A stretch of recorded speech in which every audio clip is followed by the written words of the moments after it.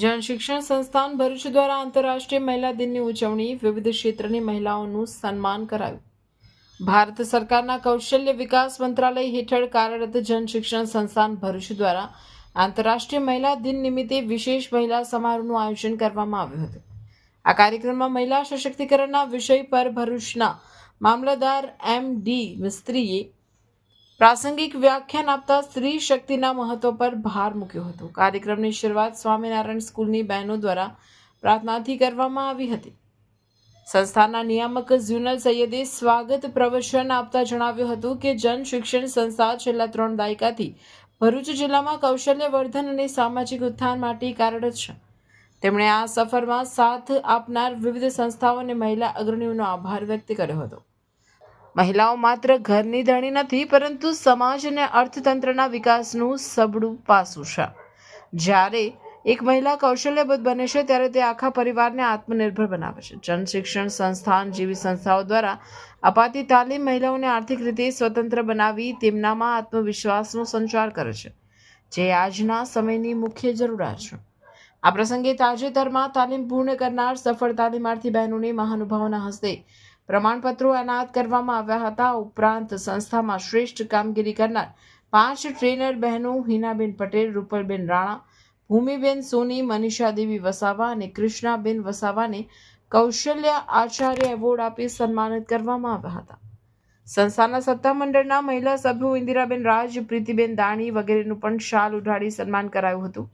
ભરૂચ જિલ્લામાં એનજીઓ ક્ષેત્રે નોંધપાત્ર યોગદાન આપનાર શ્રીમતી કિંજલબેન ચૌહાણ, કામિનીબા રાજ, હેમાબેન પટેલ, તૃપ્તિબેન રાઠોડ, શ્રીમતી હિના સૈયદ અને વૃંદા વખારિયાને ટ્રોફી અને શાલ અર્પણ કરી બિરદાવવામાં આવ્યા હતા.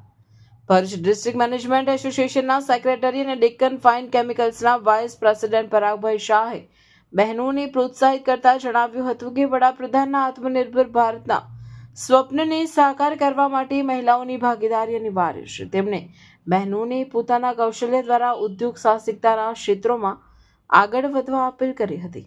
વરિષ્ઠ corporate trainer doctor Narendra Patadia દ્વારા બહેનોને પોતાની આગવી શૈલીમાં પ્રોત્સાહિત કરી હતી. કાર્યક્રમના અધ્યક્ષસ્થાનેથી ભરૂચ જિલ્લા ભાજપ પ્રમુખ પ્રકાશભાઈ મોદીએ જન શિક્ષણ સંસ્થાનની પ્રવૃત્તિઓની પ્રશંસા કરી હતી.